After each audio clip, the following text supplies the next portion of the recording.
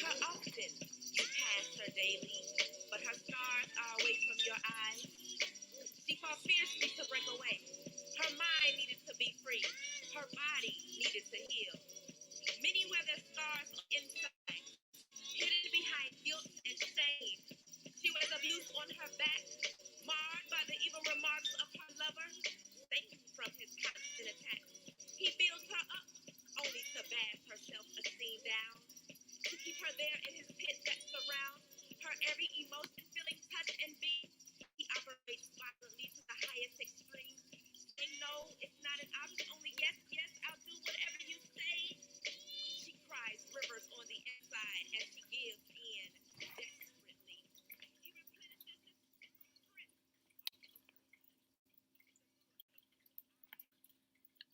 You are listening to MFF Project, Identity of a Woman podcast, hosted by Chantel Branch, your domestic violence specialist, educating individuals on why their decision to remain silent keeps them locked in abuse. For more information about our live production, visit www.mffproject.com.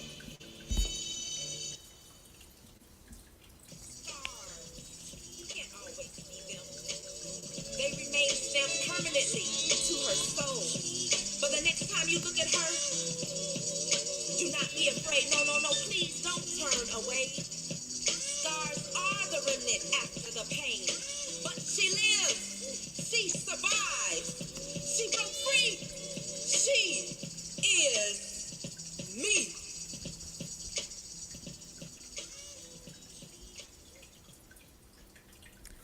Hey, hey, hey, everybody. Hello, hello, hello. Thank you so much for listening. Thank you so much for watching MFF Project Podcast, Identity of a Woman. I am your host, Chantel Branch, and today is a wonderful and it's a beautiful day, and I am grateful that you have decided to spend a little time with me. Today, I just want to tackle some of the myths that surround bad relationships. And also, what are some of the red flags that you have noticed as you have casually dated? Are you dating now? When was the last time you dated? What did the conversation sound like? How in tune was the other person with your conversation? Did you all meet on the app? Did you meet in the streets? The grocery store? I know the dating game has changed these days. And I know that we can't always see signs or see things and recognize some red flags on people through the internet. But let me remind each and everyone that's listening today that they are there. Oftentimes, they're hidden. Many times, we don't see them. Half the time, we overlook them. Have you ever went to the grocery store, picked up apples or picked out oranges? Perhaps you were in a hurry. And so you grabbed 5 or 6 or 7 or 8 or maybe just 2 or 3. You quickly throw them in your cart or your basket because you're in a hurry. You want to run in and out of the grocery store, right? And so, what is the first thing that we do? We grab a bag.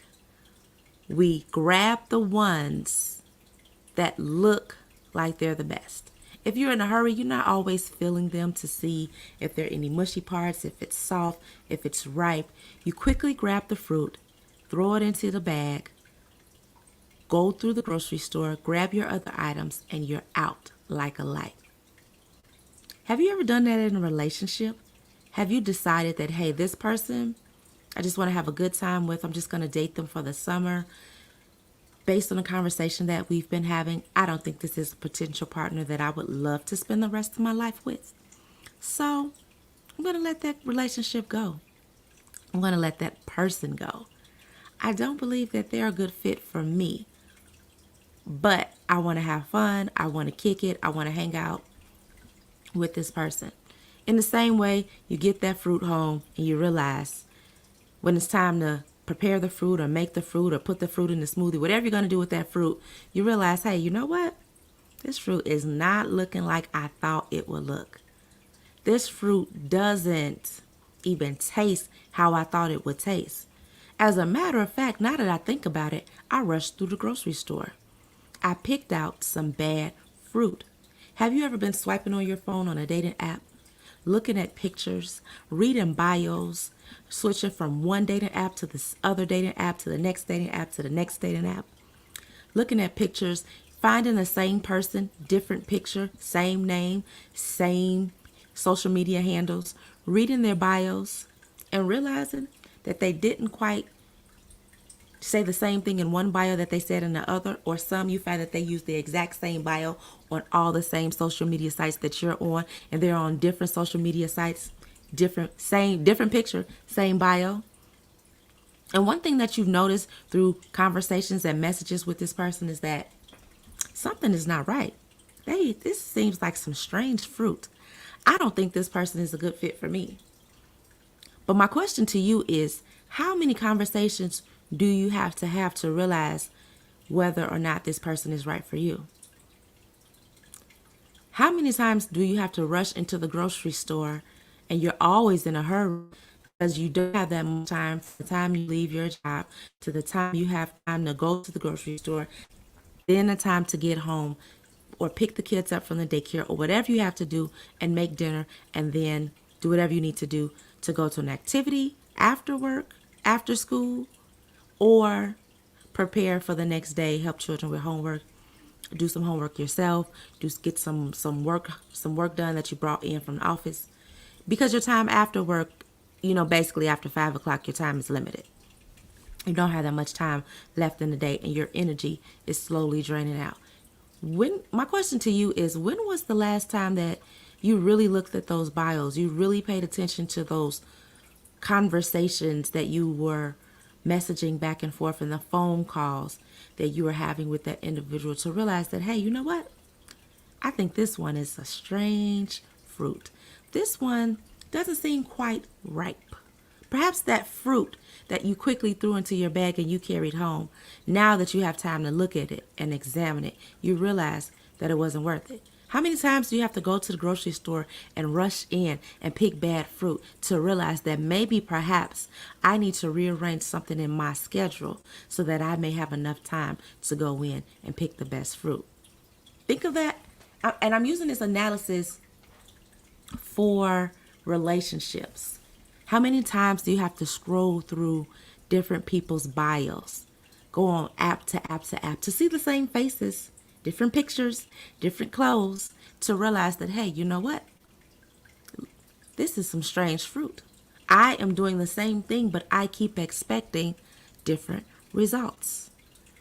How many times do you have to go through that cycle over and over and over and over again to realize that it's not worth it? This is not the person that's for me. How many times do you have to go through that to realize that you are wasting your time? And the reason I'm having this conversation is because there are far too many times I hear far too many stories of women scrolling through different social media apps, scrolling through pictures, reading bios, linking up, contacting people, going on dates, failed dates, showing up, the person doesn't show up, or whatever the case may be. How many times do you have to go through that to realize that, hey, there's something that I may need to change? Perhaps I'm not looking into it deeply enough. Because our lives are not to be played with, right? And we want those long-lasting, standing relationships. But then, what is your pattern in order to obtain it? What are you doing? Have you looked at yourself and looked at your schedule, looked at your life and realized, hey, you know what? I'm not putting enough time and effort into this. And then that same woman who doesn't put the time and the effort that she could put into that relationship or those conversations that she's having with that person, but she's expecting the same thing from that man. She's expecting for him to go above and beyond. She's expecting for him to show up and be 100% with her when she's not even being 100% with herself. And ladies, that is why I want to have this conversation with us, because we can't always put it always back on our partner or the other person or the man.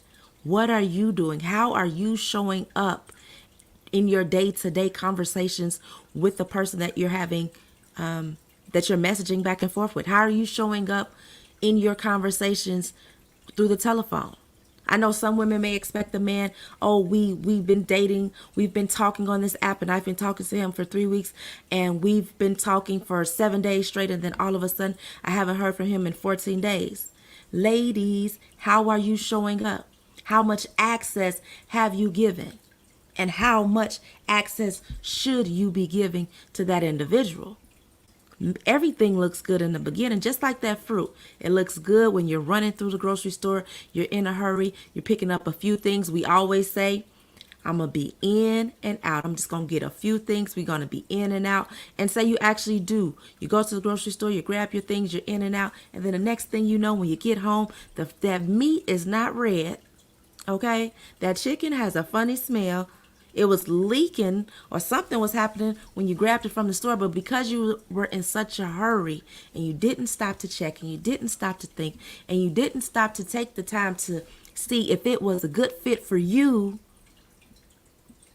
you made a bad purchase. You got some bad fruit. And instead of looking to that person or looking to the grocery store, we want to blame the grocery store. We want to send them a message, take a picture of our receipt, email them and let them know that they owe us for the bad fruit. And instead of looking at ourselves, because we didn't make this mistake 1, 2, 3, 4, 5. We've made this mistake so many times that we're so used to putting the blame off on someone else. But ladies, it's time to turn that mirror back on yourself and put that mirror on yourself and really look and think about that relationship, that person that you've been messaging back and forth, or that person that you've been having conversations with for the last couple of weeks. Think about how much time you have invested, and then think about how much time you're expecting that person to invest. Are you at least giving what you're expecting? Or are you giving just a little bit and you're expecting so much?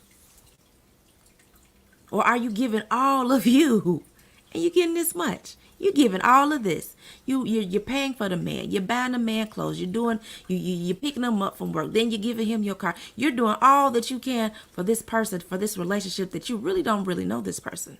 Because if you did, perhaps you would realize that perhaps you've picked some bad fruit.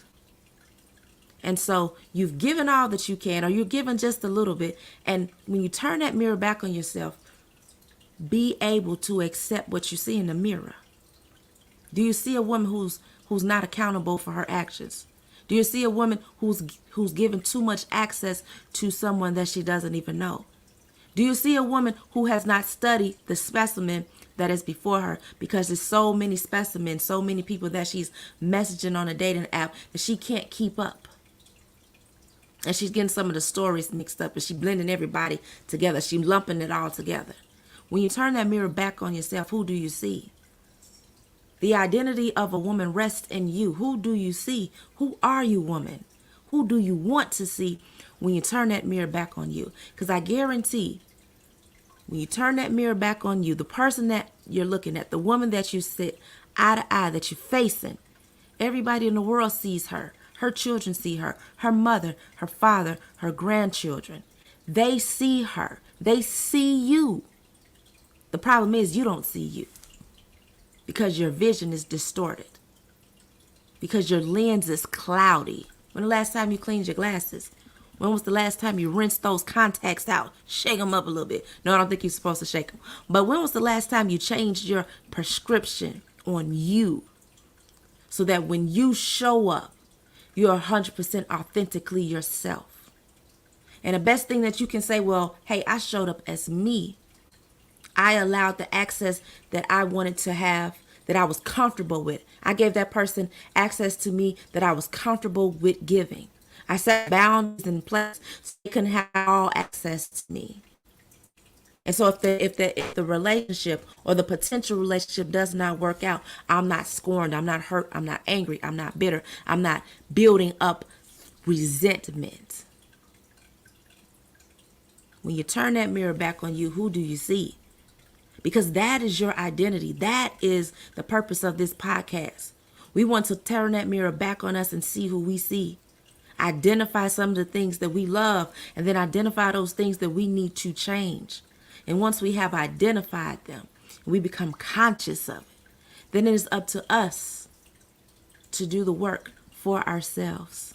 Because we see ourselves in a way that we're not comfortable with and we want to change. And I'm not talking about physical looks, because you can put on lashes, you can fill in your eyebrows, you can straighten your hair, you can put on a wig, you can flip your hair, you can shave it all off, you can color it blonde, black, blue, green, or whatever. It will not change the identity of you. It would only change your outside appearance. So ladies, I challenge you today to do the work. Turn the mirror back on you. Look in the mirror and have a real conversation with self, because that's where the real work starts. That's where the healing process begins, and you get to uproot and pluck out all the bad stuff. But it's a process, and I need you to see yourself in the process. See your metamorphosis in the process. See you move from the cocoon stage of a caterpillar in the process, and they crawl and they move real slow, and then they wrap themselves. And the wrapping is when you finally turn that mirror back on you and you wrap yourself in that cocoon and you begin to do the work. Caterpillars do not come out of that cocoon until they are ready to be a butterfly. And so ladies, I challenge you today to do the work as the caterpillar, to move, to turn that mirror back on you and identify the things within you, within your character, your personality, in your soul and your spirit. Identify those things that you're uncomfortable with, and then begin to do the work to uproot those things, to see why you feel the way you feel about those things concerning yourself. And after the work is done, after you've journeyed through the process, that cocoon will begin to unravel. And then my sister, my friend, my beautiful queen, right? The beautiful woman that is hearing my voice, the beautiful woman that is looking at this video, then you will be a butterfly. And then you will have wings, and you can take off, and you can soar, and you can mount up on wings like eagles. You can soar, right? You can run and not be weary. You can walk and not faint. But until you do the self-work, you'll always be where you are. You always feel stuck. You always put the blame on somebody else. You'll never get to where you're supposed to go. You'll never reach your destiny until you begin to do your work. Do the work on self first. You get to determine who your identity is. You're a grown woman now. Deal with the traumas of childhood. Deal with the traumas of past relationships and bad choices and bad decisions. Do the work so that you can come out of that cocoon and so that you can fly. Thank you. And I hope that this podcast, that today, that when you hear this, something different begins to change inside of you, that you begin to make a decision to turn that mirror back on self, that you can really identify who you are, and then decide who you shall be, who you're going to show up to in the future. Think about your future self today. What does she look like? How does she sound? Who is she? What does she stand for? Can she be defeated or not? It's your choice. It's your decision. Thank you so much for watching. I will catch you guys again on the Identity of a Woman podcast. I really appreciate you. See her often. You pass her daily, but her scars are away from your eyes. She fought fiercely to break away.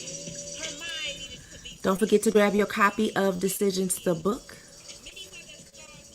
Don't forget to grab your copy of Decisions the Book. You can check it out. You can grab the link. It is in the comments. So, grab your copy. Don't forget.